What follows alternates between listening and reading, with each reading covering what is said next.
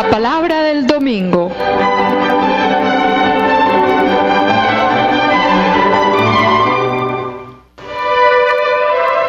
A cargo de David Kapkin, servidor del Evangelio.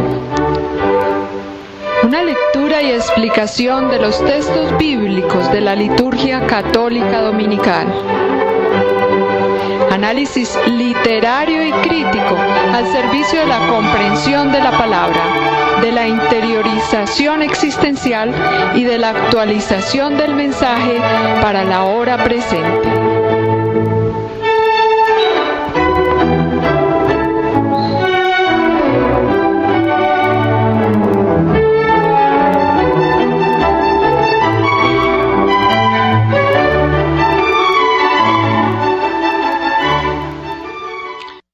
Hemos llegado pues al final del tiempo de la Cuaresma, el segundo domingo de Pasión o Domingo de Ramos, como lo hemos solido llamar durante toda la vida.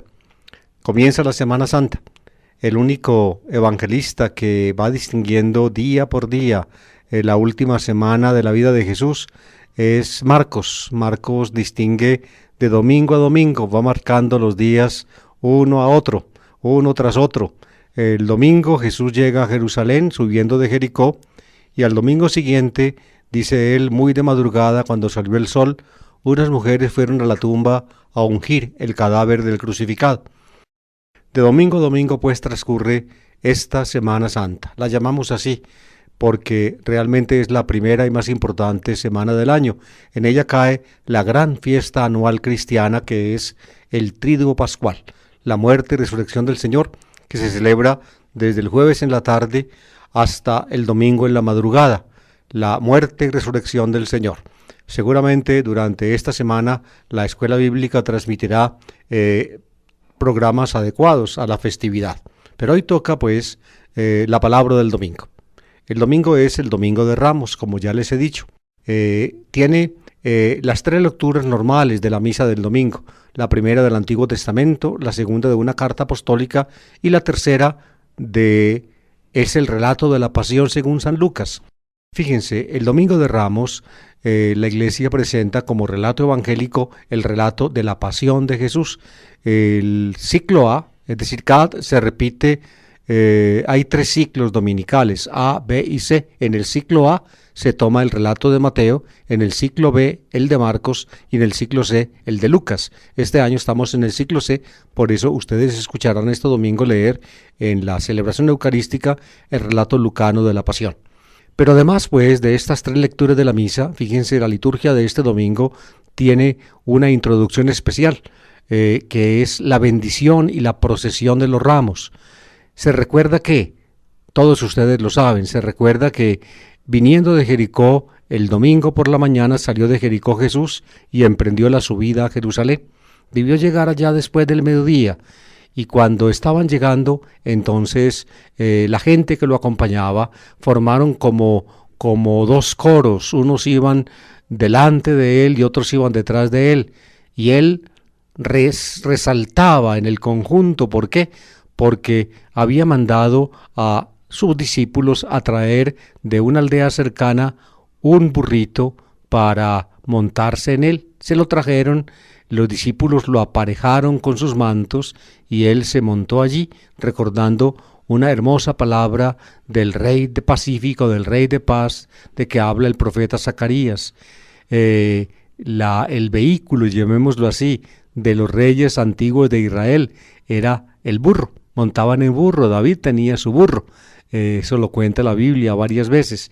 Pues bien, Jesús entra en Jerusalén solemnemente entronizado en su burrito. Tenemos tres relatos de esa entrada. Como este año estamos en el ciclo C, entonces el relato que tocará leer será el relato lucano. Lo haremos entonces a continuación. El Evangelio según San Lucas, en el capítulo 19, versículos 28 a 40. En aquel tiempo Jesús iba hacia Jerusalén marchando a la cabeza. Al acercarse a Betfagé y Betania, junto al monte llamado de los Olivos, mandó a 2 discípulos diciéndoles: Id a la aldea de enfrente, al entrar encontraréis un borrico atado, que nadie ha montado todavía. Desatadlo y traedlo. Y si alguien os pregunta, ¿por qué lo desatáis?, contestadle, el Señor lo necesita. Ellos fueron y encontraron como les había dicho. Mientras desataban el borrico, los dueños les preguntaron, ¿por qué desatáis al borrico? Ellos contestaron, el Señor lo necesita.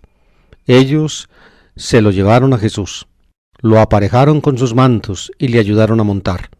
Según iba avanzando, la gente alfombraba el camino con sus mantos, y cuando se acercaba ya a la bajada del Monte de los Olivos, la masa de los discípulos, entusiasmados, se pusieron a alabar a Dios a gritos por todos los milagros que habían visto, diciendo, bendito el que viene como Rey en nombre del Señor, paz en el cielo y gloria en lo alto. Algunos fariseos de entre la gente le dijeron, Maestro, reprende a tus discípulos. Él replicó, os digo que si éstos callan, gritarán las piedras.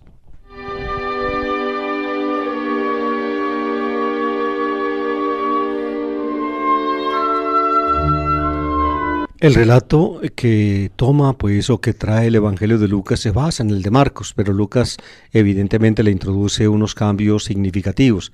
De todas maneras, coincide con Marcos este relato en el hecho de que Jesús, precisamente cuando va a entrar a Jerusalén, en una forma muy extraña y misteriosa, se muestra como el dueño de los acontecimientos, el dueño de lo que va a suceder.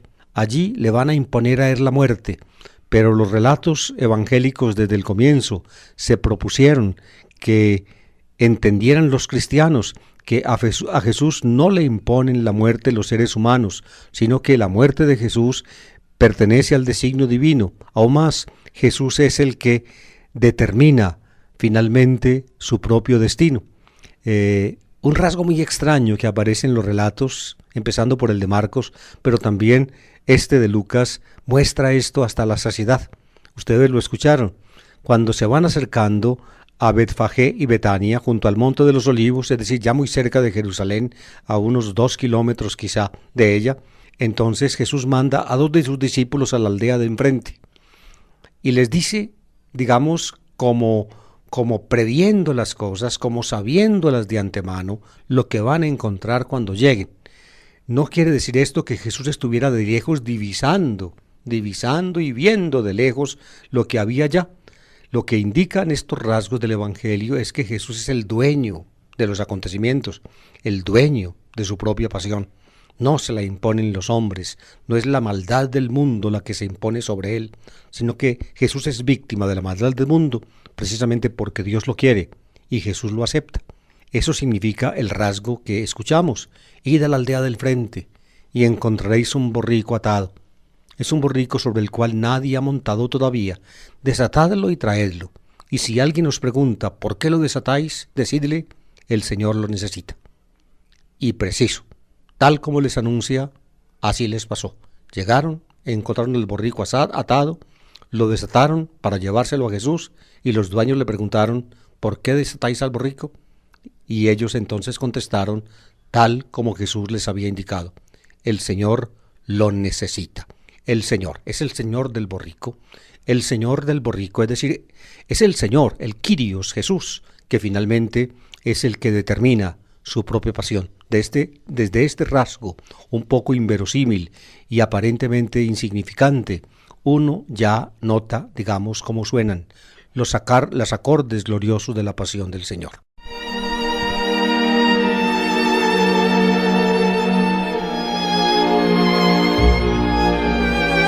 La escena que sigue, ustedes la conocen muy bien, nosotros los católicos que tenemos la hermosa costumbre heredada de los españoles de representar la Biblia, no solamente pues o proclamar la Biblia en las palabras mismas que ella contiene, sino también volverla visible, hacerla visible en imágenes, esa digámoslo así, esa costumbre se instituyó precisamente entre los católicos desde antiguo, entre los cristianos, porque en ese tiempo todavía no había diferencia entre católicos y evangélicos. Fíjense cómo la Biblia se leía en latín, en las celebraciones, y ya la gente del sur de Europa, que originalmente podía hablar el latín, finalmente fue desarrollando los idiomas propios de cada nación. digamos, los dialectos itálicos de Italia, los dialectos del sur de Francia, los dialectos españoles, en el Ponto el dialecto de los rumanos, en fin. Entonces ya la gente dejó de entender el latín, porque empezó a hablar lenguas derivadas del latín. ¿Qué hicieron entonces los cristianos para que se entendiera la Biblia, ya que con los oídos no se podía entender porque la lengua en que era proclamada no era comprensible ya para la gente? Entonces representaron la Biblia. Hay vitrales de una belleza incomparable en muchas catedrales europeas. En preciosos vitrales, pedazos de vidrio de colores, unidos preciosamente unos a otros, se representa la Biblia entera. Y no solamente eso, sino que en algunas regiones, como por ejemplo España, entonces como la gente no entendía la pasión, entonces le sacaban la pasión a la calle en imágenes. El Domingo de Ramos nosotros tenemos esa hermosa costumbre, y también otros días de la Semana Santa. Sacamos el Señor montado en su burrita y sacamos las imágenes de los apóstoles con sus túnicas que lo acompañan. Es la escena que hemos escuchado en el texto. Los discípulos, dice el texto, aparejaron el burrito que habían traído los dos que habían sido encargados con sus mantos. Fíjense que en el relato lucano no se habla de que cortaron ramas de los árboles como se habla, por ejemplo, en Marcos, sino que con sus mantos alfombraron la calzada para que Jesús avanzara montado en el burrito sobre los mantos de ellos. Y ellos, los discípulos de Jesús, no eran pues la gente de Jerusalén, no, eran los discípulos de Jesús. Y probablemente también, como indica Marcos, la gente que venía de Galilea lo aclamó llamándolo el Rey. Bendito el que viene como Rey en nombre del Señor, el Rey, es decir, el Mesías. Es una aclamación mesiánica de Jesús. Eso evidentemente debió causar escozor en muchas personas. Por eso algunos fariseos, y esto es un rasgo que solamente Lucas trae, dijeron a Jesús: mándalos callar, Señor, que te están llamando Rey, Mesías. Y Jesús entonces contesta solamente en Lucas: os aseguro que si estos callan, gritarán las piedras. Ese es un rasgo exclusivamente lucano del relato. Y finalmente otro punto del relato donde Lucas deja su marca es en la forma como habla la gente. La forma como habla la gente, ya escuchamos una parte, termina así: paz en el cielo y gloria en lo alto. Es un eco, ustedes recuerdan, del canto de los ángeles en Navidad. Gloria a Dios en las alturas y en la tierra paz a los hombres que Dios ama.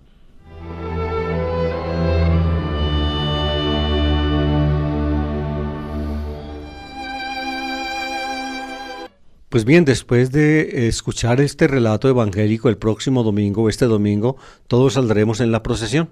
Llevaremos en las manos hojas de palma o ramas de árboles. Recuerden ustedes que Lucas no menciona ese detalle, pero los otros evangelios sí. Y acompañaremos la imagen del Señor, aclamándolo nosotros también con nuestros cantos y llamándolo el Rey, invocando sobre nosotros la paz del Señor, la paz en la tierra y la gloria a Dios en el cielo. Como les dije ahora que Lucas lee en el texto los cantos de Navidad. Pues bien, y una vez llegados a la iglesia o al templo, depositaremos en un lugar adecuado la imagen del Señor y las de los apóstoles, que las sacaremos en procesión, y comienza la celebración eucarística, la misa del domingo. Tiene 3 lecturas, como les indiqué. La primera es del Antiguo Testamento, un texto del profeta Isaías en el capítulo 50. Pertenece a los poemas del segundo Isaías sobre el siervo de Dios, el Eved Yahvé, como se debería decir en hebreo, pero ustedes saben que los judíos no pronuncian por nada ese nombre. Por eso un rabino diría Eved Adonai, el siervo del Señor. Pues bien, ese siervo del Señor que presenta el profeta Isaías en varios poemas, el segundo Isaías concretamente, es una figura misteriosa en la cual vio el cristianismo naciente, digamos, profetizado a Jesús. Escuchemos la lectura.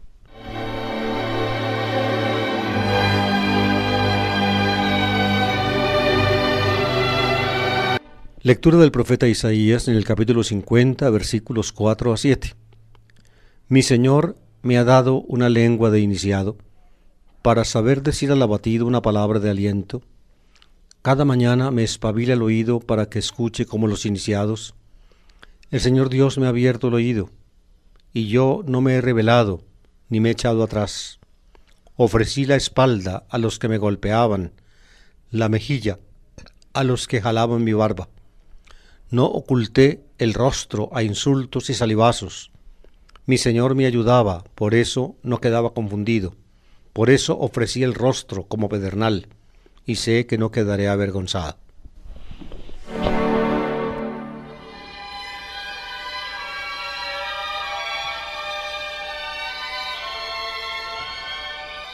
Les decía yo, queridos oyentes, que el profeta, el segundo Isaías, presenta esa figura misteriosa. Se mueve, diría yo, entre lo colectivo y lo personal. A veces se siente detrás de la figura del siervo al propio pueblo de Israel que sufrió en el exilio la vejación y el tormento, del cual también entonces Dios tuvo compasión y lo trajo de regreso a la patria.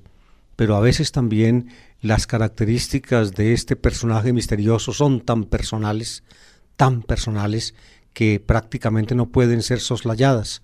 Aquí ustedes escucharon hablando al profeta o hablando al siervo en primera persona del singular. Dios me ha abierto el oído, no me he rebelado ni me he echado atrás. Ofrecí la espalda a los que me golpeaban, la mejilla a los que alaban mi barba. No oculté el rostro a insultos y salivazos. La tradición cristiana desde antiguo vio en esta figura doliente del siervo del Señor a Jesús. En algunos puntos de la tradición evangélica la interpretación es explícita, es decir, se citan textos del profeta Isaías, no exactamente este, pero sí otros textos de los poemas del siervo, y se le aplican a Jesús. Así lo entendió el cristianismo naciente desde los orígenes. Tal vez el texto más significativo en este sentido es el que ustedes conocen, en el libro de los Hechos de los Apóstoles, cuando un eunuco empleado o servidor de la reina Candaces de Antioquía va a Jerusalén porque admiraba al Dios de los judíos, y luego en su camino de regreso iba tranquilamente en su carroza leyendo el profeta Isaías, y de pronto una figura misteriosa aparece en el camino. Es Felipe, uno de los evangelizadores cristianos. El hombre lo hace montar al carruaje y Felipe le pregunta: ¿qué estás leyendo? Y entonces él dice esto que dice el profeta, y lee un pedacito de un poema del siervo, es decir, un poema emparentado con este que acabamos de escuchar. Y el Felipe le contesta: ¿y sabes de quién está hablando el profeta cuando escribió estas cosas? Y él contesta: ¿y cómo voy a saberlo si nadie me explica? Y entonces Felipe le anunció al Señor Jesús. Es decir, mostró que la figura del siervo descrita por Isaías es ni más ni menos que Jesús. Es una profecía misteriosa de Jesús en su pasión y en su muerte. La idea básica de estos relatos del servidor de Dios, del Eved Yahvé o Eved Adonai, es esta, queridos oyentes. Hay inocentes que sufren. El siervo es el prototipo de los inocentes, de los justos que padecen. El mundo está lleno de inocentes que sufren, de personas humildes que padecen.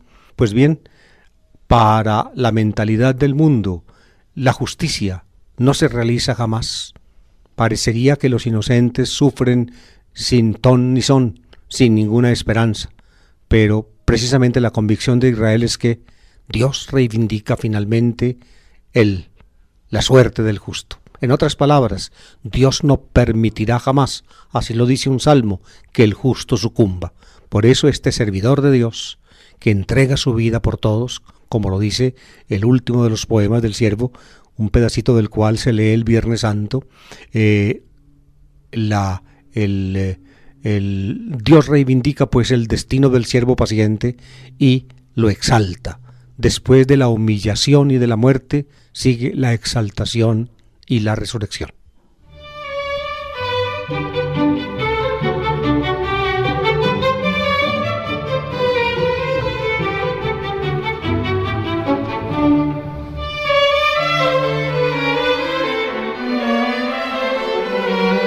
Les decía yo que la convicción teológica profunda que está detrás de los poemas del siervo de Dios, del siervo del Señor en el segundo Isaías, y que está también en el fondo de varios salmos, es esta: Dios no permite jamás que el justo sucumba. El justo injustamente ajusticiado es reivindicado. Dios le hace justicia, Dios lo saca adelante, Dios lo exalta. Esa convicción la tenía el judaísmo, esa convicción la tiene también Jesús. Y de acuerdo con esa convicción, a partir de la certeza misma de Jesús, entonces los cristianos leyeron el acontecimiento de Jesús. Leyeron, oigan esto, no solamente el acontecimiento culminante de su vida, es decir, su muerte y también su resurrección, que implicaba una exaltación, sino que leyeron aún su venida a este mundo. Precisamente este domingo toca leer como segunda lectura un pedacito de la carta del apóstol San Pablo a los Filipenses, en el capítulo 2, versículos 6 a 11. Es un pedacito, digamos, de punto de vista crítico y literario muy importante, y también histórico, muy importante. ¿Por qué? Porque los que estudian a San Pablo, atención a esto, descubrieron desde hace ya mucho tiempo que San Pablo no está escribiendo acá lo que escribe de cuenta propia, es decir, que no fue propiamente el apóstol, el creador de este texto que vamos a escuchar, sino que el apóstol lo conoció en la primera predicación cristiana, cuando él se puso en contacto con comunidades cristianas poco tiempo después de su conversión. Ya este texto se leía o quizá aún se cantaba en los grupos cristianos. Por eso, fíjense, suele ser llamado este texto una tradición prepaulina. ¿Tradición por qué? Porque al apóstol le fue entregado el texto. Tradición viene del latín tradere, que significa entregar, traditio, ya viene tradición en castellano. Tradere es entregar, es decir, en el cristianismo naciente se compuso este texto. Pablo, al tener contacto con esas comunidades, lo conoció, lo recibió y cuando escribió la carta a los filipenses lo incluyó dentro de ella y de esa manera lo legó a la posteridad cristiana. Es un texto, por tanto, que presumiblemente debió tener su origen en la década de los años 40, es decir, a contados 10 años después de la muerte de Jesús. A contados 10 años después de la muerte de Jesús, amables oyentes, fíjense pues, como vamos enseguida a escuchar, cómo, proclamaban los cristianos el significado de Jesucristo, es decir, su historia. Pero fíjense, no solamente su historia, diría yo, de muerte y de resurrección, que es la que en esta Semana Santa vamos nosotros a conmemorar, sino su historia básica, es decir, su historia desde Dios a lo humano, desde Dios a lo humano, es decir, ese paso hacia atrás, hacia la raíz, hacia el fundamento de la realidad de Jesús. En este texto, que es de la década de los años 40, ya los cristianos habían dado ese paso, es decir, desde la historia terrena de Jesús hasta la raíz de su historia, que finalmente se introduce en Dios mismo.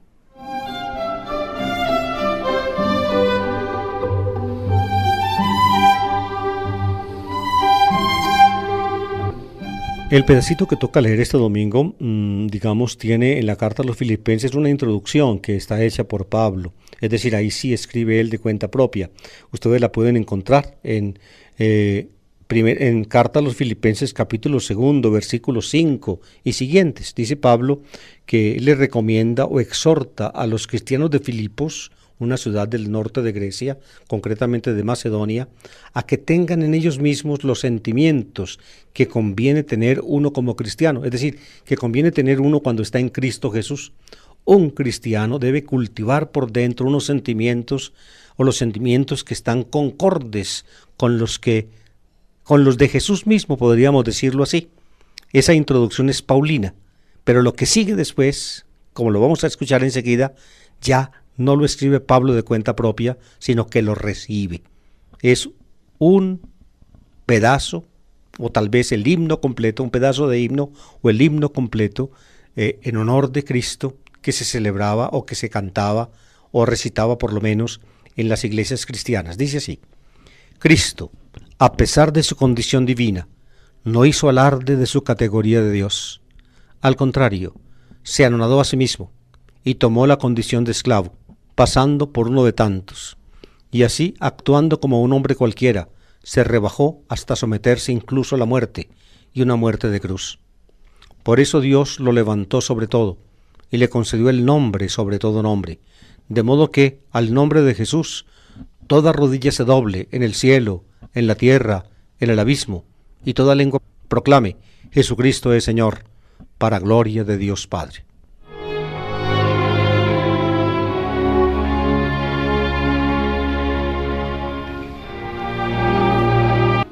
Fíjense, amables oyentes, se habla pues de Cristo, Christos, y dice que existía en condición divina. Esta es la traducción que yo tengo aquí frente a mis ojos. El texto griego dice «hos en morfi theu iparchon», el cual en forma de Dios existiendo, en condición divina. A Jesucristo, por tanto, o a Cristo, digamos, originalmente, radicalmente, le compete la morfi theu, la forma de Dios. Es una frase misteriosa, realmente misteriosa.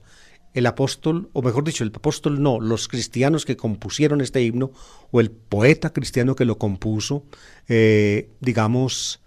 escogió esta expresión, digamos, en contraste con otra que enseguida emplea. Dice que existiendo en morfi theu, digamos, tomó, dice él, la morfi dulu, es decir, la forma de esclavo. Esa forma de esclavo es la que le compete como hombre. De modo que a él radicalmente le compete la morfi theu, es decir, la forma divina, pero tomó la morfi dulu, la forma de esclavo, y esa forma de esclavo es precisamente la condición humana de él, y entre esa forma divina que le compete y la forma humana o la forma de esclavo que tomó, digamos, hay un paso que el autor del himno describe como anonadamiento, ekenosen eauton, se anonadó a sí mismo. Kenos en griego significa vacío, ekenosen, se vació a sí mismo, es decir, se vació, diría yo, de lo divino para asumir lo del esclavo. Y eso que asumió al vaciarse de lo divino, eso que asumió lo de lo esclavo, es la condición humana. Se hizo como un hombre cualquiera, como uno de tantos. Os anthropos es la frase que utiliza aquí el himno. De modo que, fíjense en estas palabras que son muy antiguas, fueron escritas en los años 40, es decir, a contados 10 años después de la muerte de Jesús, si es que no hay que fijarlas aún antes de los años 40. Fíjense, ya había cristianos pues que sondeaban las intimidades de Dios para encontrar allá, dentro de Dios mismo, la raíz profunda de Cristo, de Jesús. Más adelante, ustedes lo conocen por el cuarto evangelio, esa realidad del paso de la palabra de Dios en Dios a la palabra de Dios en nosotros se llama encarnación. Se hizo carne la palabra de Dios. Esa es la forma joánica, es decir, del cuarto evangelio, de leer esto mismo, que era una formulación más antigua. Se dice, como acabamos de explicar, existiendo en morfi theu, se anonadó, es decir, se vació a sí mismo para tomar la morfi dulu, es decir, la forma de esclavo, y hacer y vivir y ser como un hombre cualquiera.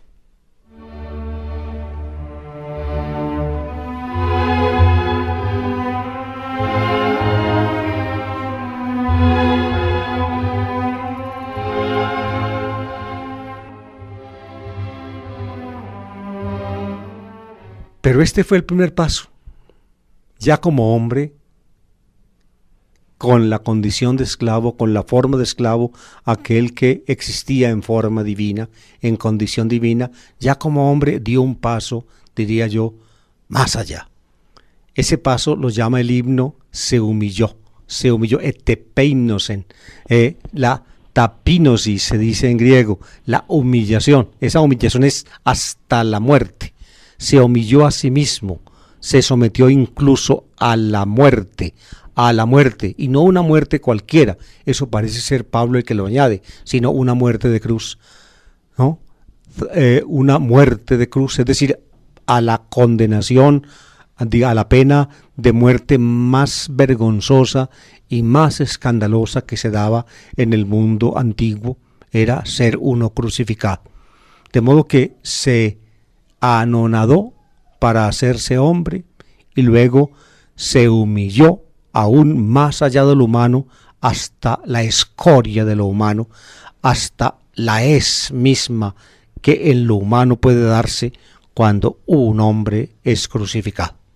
Llegar a la muerte, y no llegar a la muerte, digamos, dignamente, sino con la muerte más indigna que uno podría imaginar.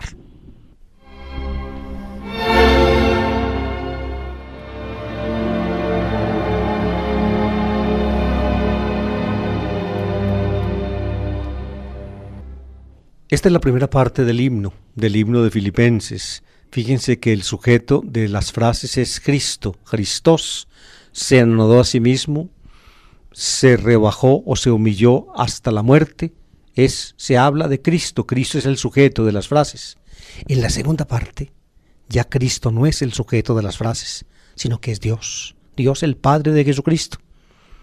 Es decir, hasta aquí ha actuado Cristo mismo, despojándose, es decir, anonadándose y sometiéndose a la muerte, hasta la muerte más humillante.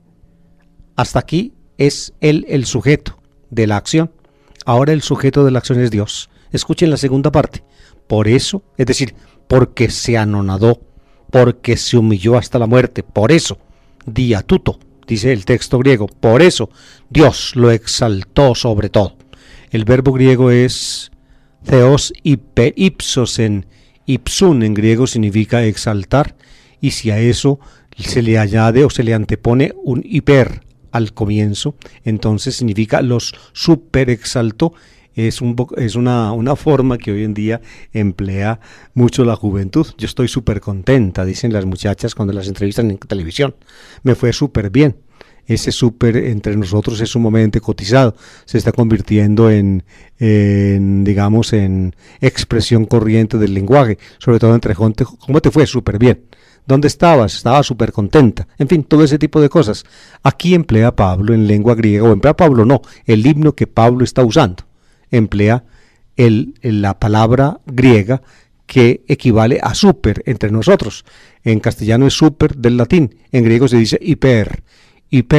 A veces en castellano usamos hiper también, hipertrofia, por ejemplo. Y hay otras palabras que aparecen en castellano, la raíz hiper del griego. Lo superexaltó, por eso, es decir, porque se anonadó y se humilló. Dios contestó al que se anonadó y al que se humilló, superexaltándolo. Hiperipsosen auftón, lo superexaltó. ¿Y en qué consiste la superexaltación? En la concesión de un nombre nuevo. Un nombre nuevo. Por tanto, el que vivía en condición divina, pero tomó, precisamente anonadándose, condición de esclavo, y se humilló hasta lo último, hasta la muerte y muerte de cruz. Dios le contestó superexaltándolo y dándole un nombre nuevo. ¿Cuál es el nombre nuevo que le dio? El texto griego dice to onoma, to hyper pan onoma, el nombre sobre todo nombre. Escuchen otra vez ahí la preposición griega hiper, que estaba en superexaltó, hiperipsosen, y le dio to onoma, el nombre sobre pan onoma, to hiper pan onoma, el nombre sobre todo nombre. Onoma en griego es nombre, queridos oyentes. Aprendan un poquitico este detalle. Fíjense, nosotros solemos confundir en nuestro lenguaje común el onomástico con el cumpleaños. No es lo mismo. El cumpleaños es el aniversario, la fecha en que uno cumple un año, es decir, o un año nuevo, es decir, es el aniversario de uno. Digamos, cumplo 20 años, cumplo 30 años, ese es el cumpleaños. En cambio, el onomástico es el día del nombre de uno, es decir, cuando el santo cuya fiesta se celebra ese día, lleva el nombre de uno. Es el onomástico, porque en griego onoma no es cumpleaños, sino onomástico. Onoma es nombre, el onomástico. Pues bien, a Jesucristo, exaltándolo Dios, superexaltándolo, como dice el texto, Dios le concedió to onoma, to hiper, pan onoma, el nombre sobre todo nombre. Y esa constitución de él, o esa donación que le hace Dios del nombre sobre todo nombre, pues lo hace, digamos, superior a toda otra realidad. Y aquí entonces el himno concluye con unas frases tomadas del profeta Isaías, de modo que al nombre de Jesús, Jesús es el nombre histórico de ese hombre, de ese que existía en condición divina y tomó condición de esclavo y se hizo como un hombre cualquiera. ¿Cómo se llamaba? Se llamaba Jesús. De modo que al nombre de Jesús toda rodilla se doble en el cielo, en la tierra, en el abismo, es decir, le reconozcan a Jesús, precisamente porque tiene el nombre sobre todo nombre, le reconozcan a Jesús precisamente su dignidad de estar al pie de Dios, a la derecha de Dios, le concedió el nombre sobre todo nombre, de modo que toda criatura o toda rodilla se doble en el cielo, en la tierra y en el abismo, es decir, todo ser creado tiene que glorificar y reconocer a Jesús. ¿Y cómo debe decir? ¿Cuál es la profesión que debe salir de la boca de todo ser creado? Jesucristo es Señor, para gloria de Dios Padre. Por tanto, el nombre sobre todo nombre que Dios le concedió al superexaltarlo es el nombre de Señor. Kyrios se dice en griego. Y toda lengua proclame Joti Kyrios y Jesús Christos, así se dice el texto griego. Joti Kyrios, que Señor es Jesucristo. Isdoxan Theu Patros, para gloria de Dios Padre. Uno nota en el texto griego, nota la asonancia rítmica de la frase. Y toda lengua proclame Joti Kyrios Jesús Christos, que Señor es Jesucristo. Isdoxan, para gloria, Theu de Dios Patros, Padre.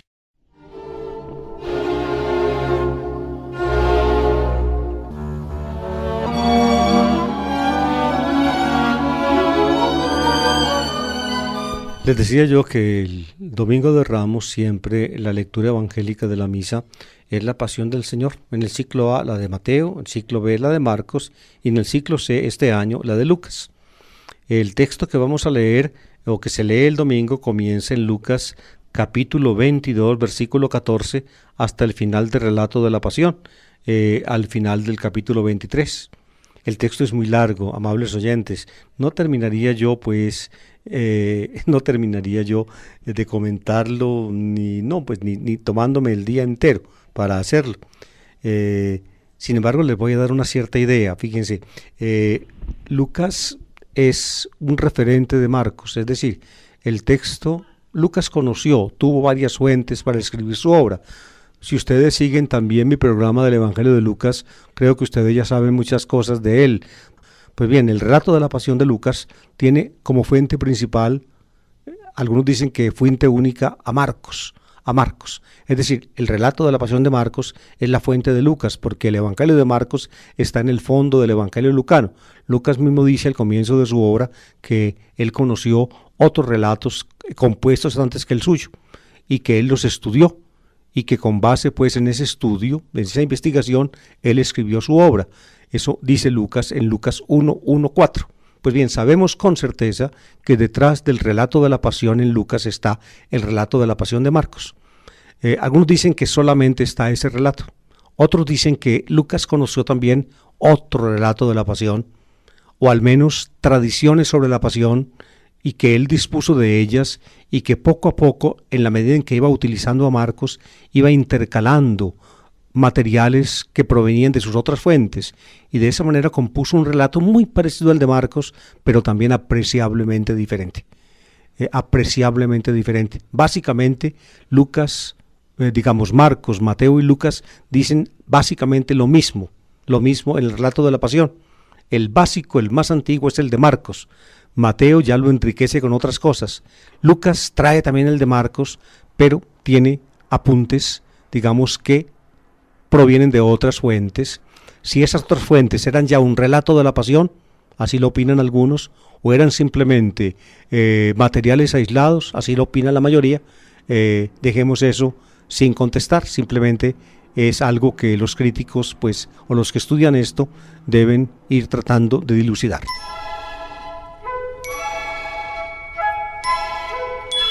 El texto de la Pasión de Lucas que vamos a leer comienza con la llegada de Jesús con sus discípulos por la tarde a Jerusalén para celebrar la Pascua con ellos. Se cuenta, por tanto, la comida pascual, y entre la comida pascual, como lo hacen también Marcos y Mateo, Lucas cuenta lo que solemos llamar nosotros los católicos la institución de la Eucaristía, es decir, de la Cena del Señor. Lucas cuenta esto y emplea palabras en boca de Jesús que, digamos, que extrañamente coinciden con las que emplea Pablo en la 1 Corintios capítulo 11 y no tanto con las que emplea Marcos en el relato de la Cena del Señor. Se ve pues que había dos tradiciones básicas en la iglesia que hablaban de la Cena del Señor. Una tradición básica es la de Marcos, en la cual también coincide Mateo, y otra tradición básica la tenemos nosotros en el texto paulino de 1 Corintios y en el texto lucano. Es decir, las cosas de Jesús, al menos con referencia a la Eucaristía, se conservaron pues en dos tradiciones básicamente iguales, pero con diferencias significativas. Lucas utiliza aquí la tradición que coincide con la paulina de 1 Corintios 11. Pues bien, después de la cena, entonces, Lucas introduce, diría yo, unos diálogos de Jesús con sus discípulos y unas palabras de él. Esto es muy interesante, amables oyentes, por el siguiente hecho. Fíjense, si ustedes toman el relato joánico, el del cuarto evangelio según San Juan, en el capítulo 13 y siguientes, ustedes podrán ver, Juan, por ejemplo, no habla de la Eucaristía, no habla de la institución de la Eucaristía en ese contexto. Juan, más bien, introduce la cena del Señor, o la comida última de Jesús, con un episodio simbólico altamente significativo, que es el lavatorio de los pies. Jesús hace, según el cuarto evangelista, lo que debían hacer los criados, los esclavos con los comensales, que era pasar junto a los pies de cada cual y lavando los pies y secándolos con una toalla. Jesús pues toma la condición del esclavo. Y luego de ese episodio, el cuarto evangelio trae un largo discurso de Jesús con motivo de la cena que se extiende del capítulo 14 al capítulo 17. Son más de 3 capítulos en los cuales Jesús habla continuamente en la cena y después de la cena a sus discípulos. Al final hace una oración.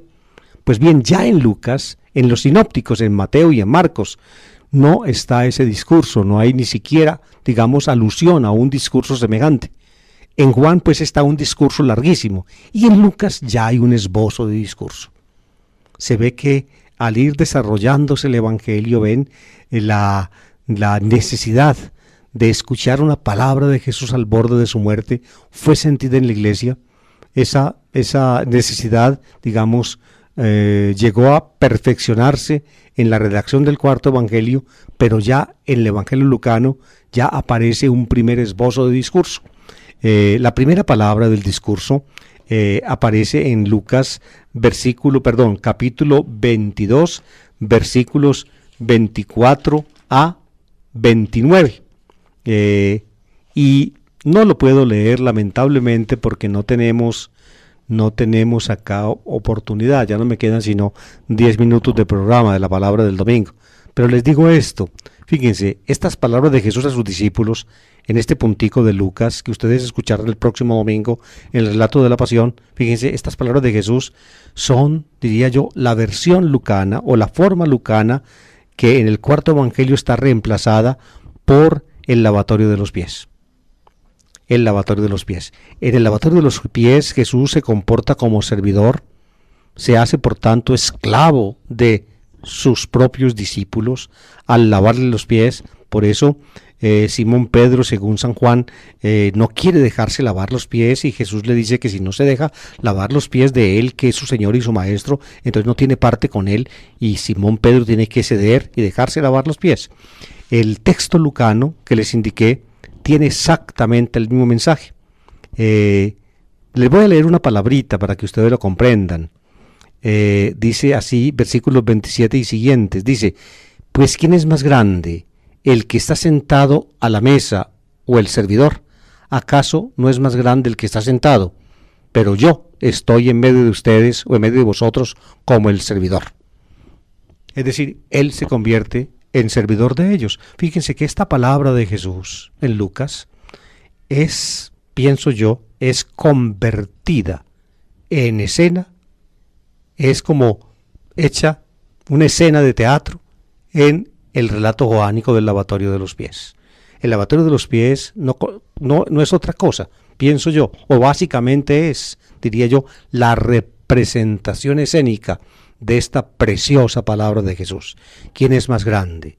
¿El que está sentado a la mesa o el sirviente que le lleva los alimentos y que lo atiende? El más grande es el que está sentado a la mesa. El sirviente es el sirviente. Y dice Jesús, pues yo estoy en medio de vosotros como el servidor, como el sirviente. ¿Qué quiere decir eso? El Evangelio de San Juan saca la conclusión. El más grande es el que sirve. El primero es el que se hace de último. ¿Ven? El más importante es el más pequeño. Ahí tienen ustedes la convicción más profunda de Jesús, la más profunda de todas. Precisamente toda la cristología cristiana, es decir, toda la confesión de fe cristiana sobre Cristo, es simple y llanamente el reconocimiento de la verdad profunda de esta certidumbre de Jesús.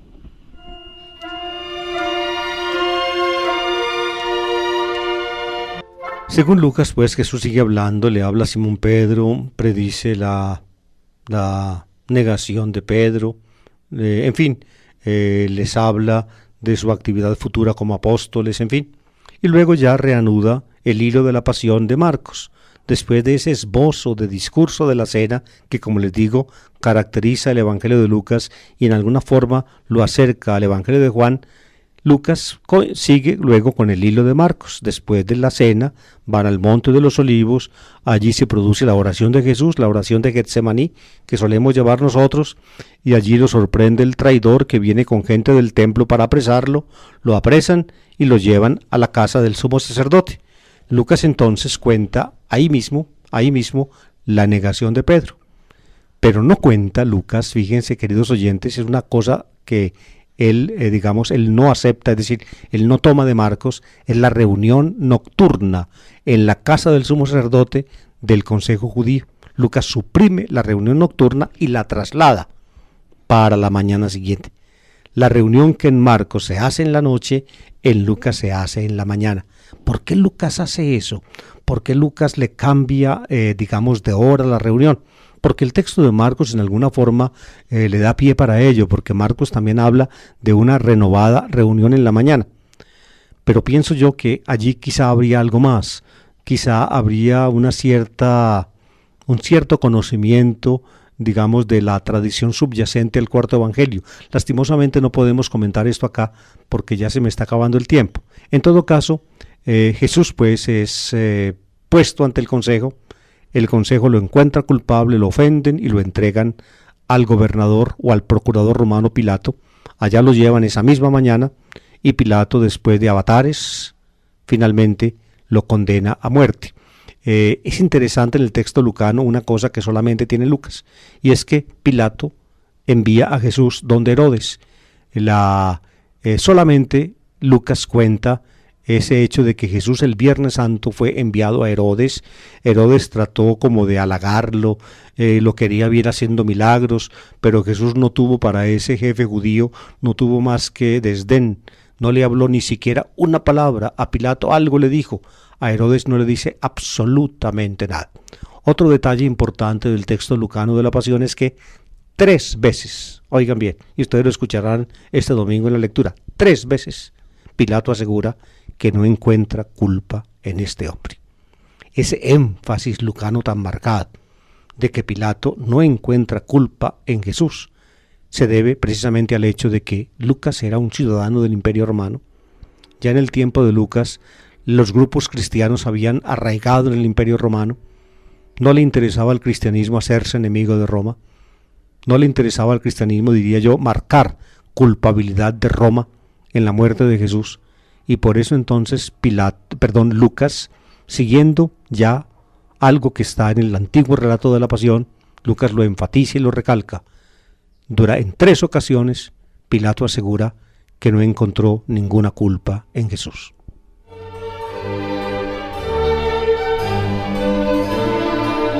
Otros 2 punticos o 3 que son propios de Lucas en el relato de la pasión son estos. Cuando Jesús es sacado para llevarlo a crucificar, se encuentra con unas mujeres. Ese encuentro de Jesús con las mujeres de Jerusalén es propio de Lucas. Otra cosita propia de Lucas es que con Jesús crucificaron dos bandidos. Eso lo cuenta también Marcos, pero solamente Lucas cuenta que se distinguieron los bandidos. Uno atacó a Jesús y otro salió a defender a Jesús. Por tanto, uno es el mal ladrón, otro el buen ladrón. Esa distinción solamente aparece en Lucas. Y finalmente, para terminar, queridos oyentes, de la pasión de Lucas que vamos a escuchar este domingo, en Lucas aparecen 2 palabras de Jesús que son propias de él. Ustedes seguramente oirán hablar de ellas en el sermón de las 7 palabras. Cuando ya lo han crucificado, Jesús le pide a Dios que perdone a los que lo crucifican. No saben, Padre, perdónales porque no saben lo que hacen. Aunque este pedacito del texto tiene problemas de punto de vista crítico, sin embargo es muy significativo. Coincide mucho con lo que también Esteban, antes de que lo apedreen, dice, pidiéndole a Dios por sus propios verdugos. Perdónales, Padre, porque no saben lo que hacen. Y otro puntico que es propio de Lucas es la última palabra de Jesús, la 7ª palabra en nuestro sermón tradicional. Padre, a tus manos encomiendo mi espíritu. Es decir, Jesús muere como un mártir, Esa característica martirial de Jesús es un rasgo distintivo del Jesús lucano, de la pasión lucana de Jesús.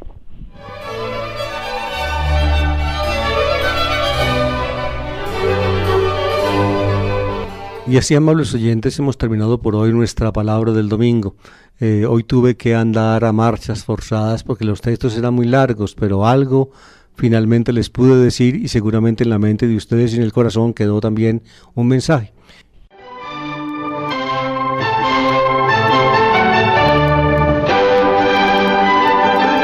La palabra del domingo.